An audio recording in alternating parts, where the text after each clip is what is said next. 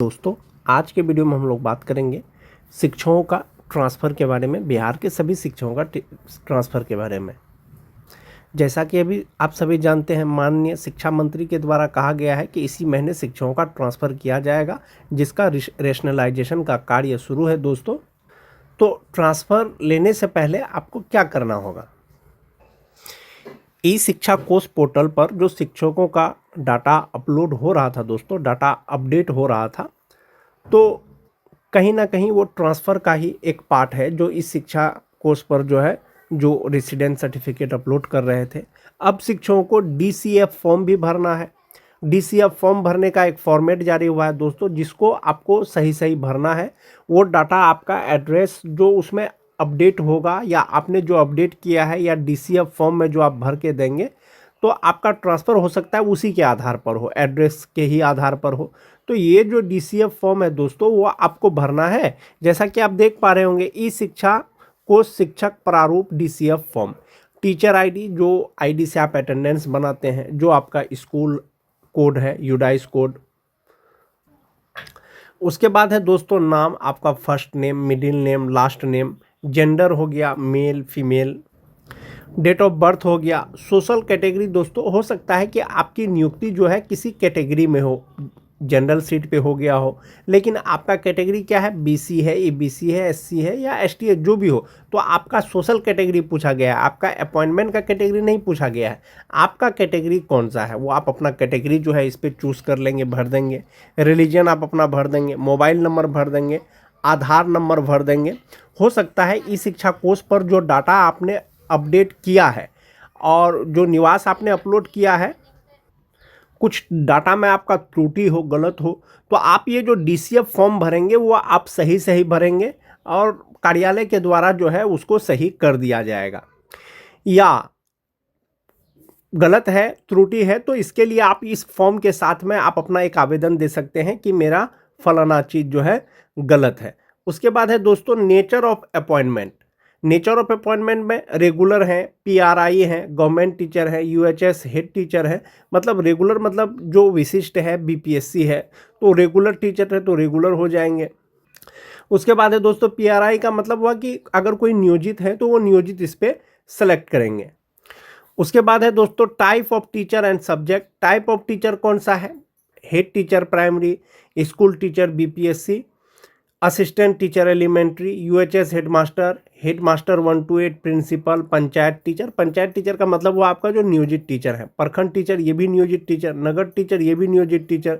नियोजित टीचर ये आप इसको जो है चूज़ कर लेंगे। उसके बाद है दोस्तों कि अपॉइंटमेंट का सब्जेक्ट और क्लास। अपॉइंटमेंट का सब्जेक्ट का मतलब हुआ किस सब्जेक्ट में आपकी बहाली हुई है। अगर आप 1 to 5 के हैं तो इसमें हो सकता है कि जनरल सब्जेक्ट हो, उर्दू सब्जेक्ट हो या बांग्ला सब्जेक्ट हो, तो ये तीन में से कोई एक सब्जेक्ट होगा। वहीं पर जो स्नातक ग्रेड के हैं तो भाषा का हिंदी, अंग्रेजी, संस्कृत, उर्दू जो भी हो, आपका सोशल साइंस हो गया, गणित विज्ञान हो गया तो ये सब जो है आपका सब्जेक्ट हो जाएगा। क्लास जो भी हो आपका 1 to 5, 6 to 8, 9, 10, 11, 12 वो क्लास आप लिख देंगे। Date of joining in service, तो date of joining in service जो बीपीएससी टीचर है दोस्तों, TRE1, TRE2, TRE3, तो डेट ऑफ ज्वाइनिंग तो इन सर्विस का लिखेंगे ही, साथ ही साथ जो नियोजित शिक्षक से बीपीएससी शिक्षक बने हैं या विशिष्ट शिक्षक बने हैं, तो यहाँ पर है in service, date of joining in service, तो आप अपना फर्स्ट ज्वाइनिंग डेट इसमें दोस्तों भरेंगे। पोस्टिंग डिटेल्स, यहाँ पर ये चूंकि वैशाली जिला का है तो यहाँ पर वैशाली दिया गया है, तो आप अपना जिला का नाम लिख देंगे, जो भी जिला से होंगे आप अपना प्रखंड लिख देंगे, सीआरसी लिख देंगे। हो सकता है कि आपका जो ई शिक्षा कोर्स लॉगिन है उस पर सीआरसी कोई दूसरा दिख रहा हो आसपास का पंचायत का, तो आप जो डीसीएफ फॉर्म भरेंगे यहाँ पर आप सही भरेंगे। कोई भी डाटा आप यहाँ पर भरेंगे तो सही सही भरेंगे। School name and UDISE code. Appointment for labour, appointment for labour का मतलब हुआ कि PRT, TGT, PGT. Appointment authority, department of education, panchayat नियोजन, प्रखंड, जिला परिषद और नगर निगम, नगर परिषद, अदर जो भी आपका अपॉइंटमेंट अथॉरिटी है, जो नियोजित शिक्षक हैं तो उनका पंचायत नियोजन या प्रखंड नियोजन होगा, और जो बीपीएससी टीचर हैं या विशिष्ट शिक्षक हैं उनका डिपार्टमेंट ऑफ एजुकेशन होगा। अगर आप एक ही स्कूल में हैं तो जो पहले आप इन सर्विस ज्वाइनिंग डेट देंगे तो वही डेट यहाँ पर हो जाएगा। अगर आप कहीं से ट्रांसफ़र होकर के आए हैं तो आप जिस दिन को नया विद्यालय में योगदान किए हैं वो वाला भर देंगे। उसके बाद है दोस्तों पर्सनल इन्फॉर्मेशन। पर्सनल इन्फॉर्मेशन में आपका PAN number, father's name, mother's name, marital status आप लिख देंगे। अगर मैरिड हैं, अनमैरिड हैं, जो भी है आप वो अपना सेलेक्ट कर लेंगे। उसके बाद जो है आप अपना email ID, blood group, appointment category, दो चीज़ें दोस्तों इसमें है, सोशल कैटेगरी एक है अपॉइंटमेंट कैटेगरी। सोशल कैटेगरी हुआ कि आप जिस कोटि में आते हैं, अपॉइंटमेंट कैटेगरी हुआ कि जिस कोटि में आपका सिलेक्शन हुआ है। हो सकता है कोई ओबीसी में होंगे, बीसी में होंगे, ईबीसी में होंगे, सिलेक्शन उनका जनरल सीट में हुआ होगा। तो दोनों कैटेगरी हो सकता है आपका सेम हो या हो सकता है अलग अलग हो, तो आप अपना वो अपॉइंटमेंट कैटेगरी के अनुसार उसको देख सकते हैं। वेदर डिसेबल्ड, वेदर अवॉर्डेड, वो भी आप चयन कर लेंगे। चूँकि महिला शिक्षकों का जो ट्रांसफ़र होगा वो अपने पंचायत में होगा, पुरुष शिक्षकों का जो ट्रांसफ़र होगा बगल के प्रखंड में होगा। तो ट्रांसफ़र होगा जो किस आधार पर होगा, तो ई शिक्षा कोष पर जो आपका एड्रेस होगा, परमानेंट एड्रेस, उसी के आधार पर होगा। तो ये जो आप एड्रेस डिटेल्स वाला फॉर्म जो आप भरेंगे ये सही सही भरेंगे। ई शिक्षा कोष पर जो अपडेट करने का, डाटा अपडेट करने का समय था दोस्तों, हो सकता है कि ऑनलाइन करने में बहुत से शिक्षक जो है एड्रेस भरने में गलती कर दिए होंगे। कोरेस्पोंडेंस एड्रेस वो कहीं का देना चाह रहे थे, कहीं का हो गया।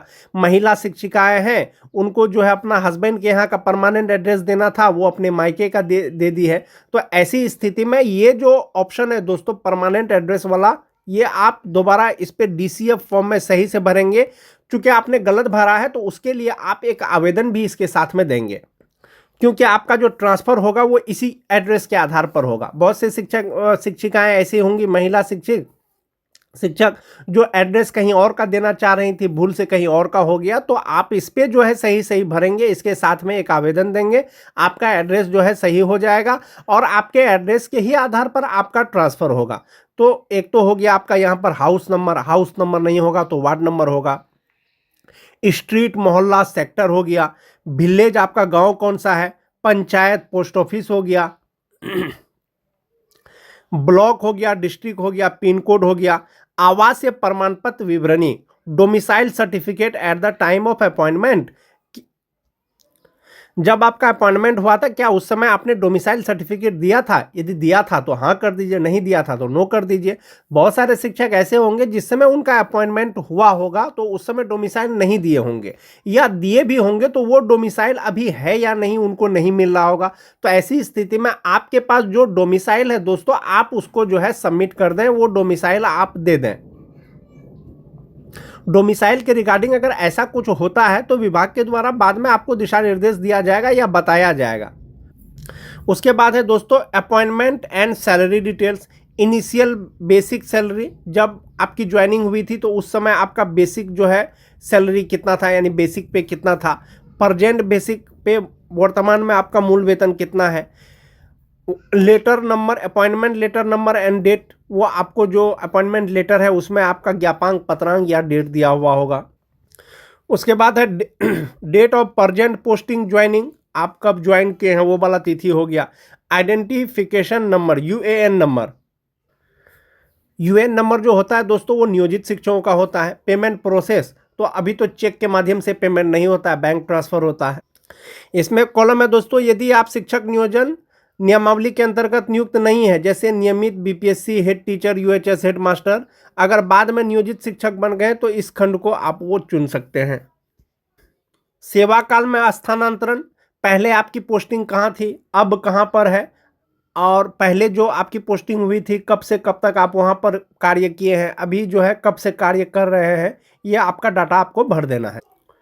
यहाँ पर है दोस्तों प्री सर्विस, सेवा पूर्व शैक्षणिक योग्यता। आपकी शैक्षणिक योग्यता मतलब कि आपका जो है योग्यता कितना है, कहाँ तक आपकी डिग्री है।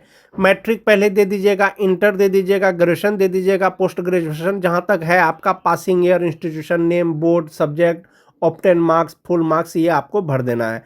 उसके बाद है दोस्तों सेवाकालीन, अगर सेवा रहते हुए परमिशन लेकर के अगर आप कोई कोर्स किए हैं तो वो वाला कोर्स का आप इस पर डिटेल्स भर देंगे।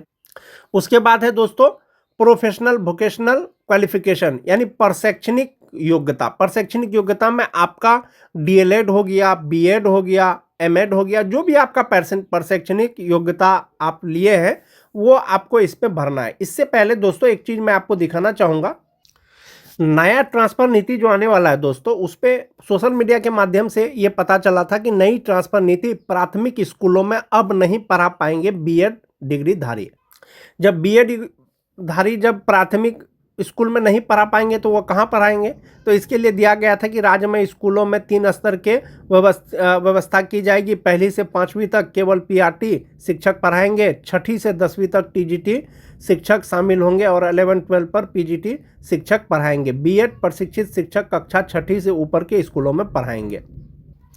ऐसा हो सकता है दोस्तों कि जिनके पास बीएड की डिग्री है, इस शिक्षा कोर्स पे अगर वो बीएड डिग्री अपडेट किए हैं और ये डीसीएफ फॉर्म अगर वो भर के देते हैं तो सब चीज़ अपडेट होने के बाद हो सकता है कि उनका जो ट्रांसफ़र है वो 6 to 8 मंथ मतलब किसी मिडिल स्कूल में कर दिया जाए, या जहाँ पर जो है 6 क्लास से 12 क्लास तक की पढ़ाई हो वहाँ पर ट्रांसफ़र कर दिया जाए।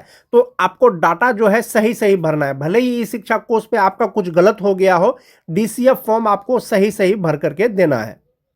अदर इन्फॉर्मेशन में हो गया दोस्तों कि आपकी जो बहाली है whether appointment based on the teacher eligibility test, आपकी जो बहाली हुई क्या टीचर एलिजिबिलिटी टेस्ट पर हुआ है, यानी सीटेट हो गया, बीटेट हो गया, टेट हो गया, अगर हुआ है तो उसका रोल नंबर, पासिंग ईयर आपको मार्क्स देना है। क्या आपने कभी बीआरपी सीआरसीसी के रूप में कार्य किया है तो हाँ कर देंगे, नहीं किया है तो नो कर देंगे। तो बहुत सारे शिक्षक जो है बीआरपी भी रहे हैं, बहुत सारे शिक्षक जो है सीआरसीसी भी रहे हैं। अगर आप रहे हैं तो उसको चूज कर लेंगे। उसके बाद है कि दोस्तों computer and special training status, special training status या कंप्यूटर का ट्रेनिंग है हाँ तो यस कर देंगे, नहीं तो नो कर देंगे। Are you a trained teacher, सभी टीचर ट्रेंड हैं। उसके बाद है दोस्तों language known with working knowledge, भाषाएं जिनमें कार्य साधन ज्ञान है, हिंदी, अंग्रेजी, उर्दू जो भी आप जानते हैं वो आप दे देंगे। यहाँ पर आपका साइन है, यहाँ पर फोटो है। यदि आप बिहार में शिक्षक हैं और आप ट्रांसफ़र लेना चाहते हैं तो आप किस प्रकार से ट्रांसफ़र के लिए अप्लाई कर सकते हैं? जैसा कि आप सभी जानते हैं दोस्तों कि शिक्षकों का रेशनलाइजेशन शुरू है इस शिक्षा कोर्स के माध्यम से। डेमो के तौर पर ट्रांसफ़र रिक्वेस्ट का ऑप्शन जो है आपके ई शिक्षा कोर्स आईडी पे दे दिया है। आप चेक कैसे करेंगे? आपको जो है ये ट्रांसफ़र वाला सेक्शन, म्यूचुअल ट्रांसफ़र वाला सेक्शन या इंटर डिस्ट्रिक्ट ट्रांसफ़र वाला सेक्शन पे नहीं जाना है। आपको ट्रांसफ़र रिक्वेस्ट का जो ऑप्शन आएगा वो टीचर वाला आइकन पे जैसे ही क्लिक करेंगे आपके स्क्रीन पे इस तरह का कुछ जो है ऑप्शन आ जाएगा और यहाँ पर आप देख सकते हैं। और ट्रांसफ़र रिक्वेस्ट ऑप्शन पे जैसे ही आप क्लिक करेंगे दोस्तों आपके सामने में ये 2 ऑप्शन आ जाएगा, check status, raise transfer request. ये सिर्फ डेमो के लिए है दोस्तों। जब ट्रांसफ़र शुरू होगा, ट्रांसफ़र के लिए जब एप्लीकेशन आप डालेंगे, ऑनलाइन करेंगे तो आपको इसका दिशा निर्देश दिया जाएगा कि किस तरह से करना है। अभी सिर्फ ये डेमो के लिए है। आप इस पे देखेंगे check status, raise transfer request. Raise transfer request पे जैसे ही आप जाएंगे तो इस तरह का कुछ आपके सामने आइकन खुलेगा। इसमें आपको जो है डिस्ट्रिक्ट चूज़ करने वाला ऑप्शन आएगा, ब्लॉक चूज़ करने वाला ऑप्शन आएगा, आपके जो सीआरसी हैं वो चूज़ करने वाला ऑप्शन आएगा, स्कूल चूज़ करने वाला ऑप्शन आएगा। ये डेमो है दोस्तों। ये जो ट्रांसफ़र रिक्वेस्ट है दोस्तों, ये डेमो के तौर पर आपके इस शिक्षा कोर्स आईडी पे दिया गया है और आने वाले समय में आपको पता चलेगा कि इसका प्रोसेस क्या होता है। होगा तो ई शिक्षा कोर्स से ही, ये डेमो दिया गया है ट्रांसफ़र रिक्वेस्ट पे ही। तो ये जो अप्लाई ट्रांसफ़र वाला जो ऑप्शन है या व्यू वाला ऑप्शन है, ये आप अभी डेमो में देख सकते हैं कि आपका ट्रांसफ़र जो है किस प्रकार से हो सकता है, किस प्रकार से आप चूज़ कर सकते हैं।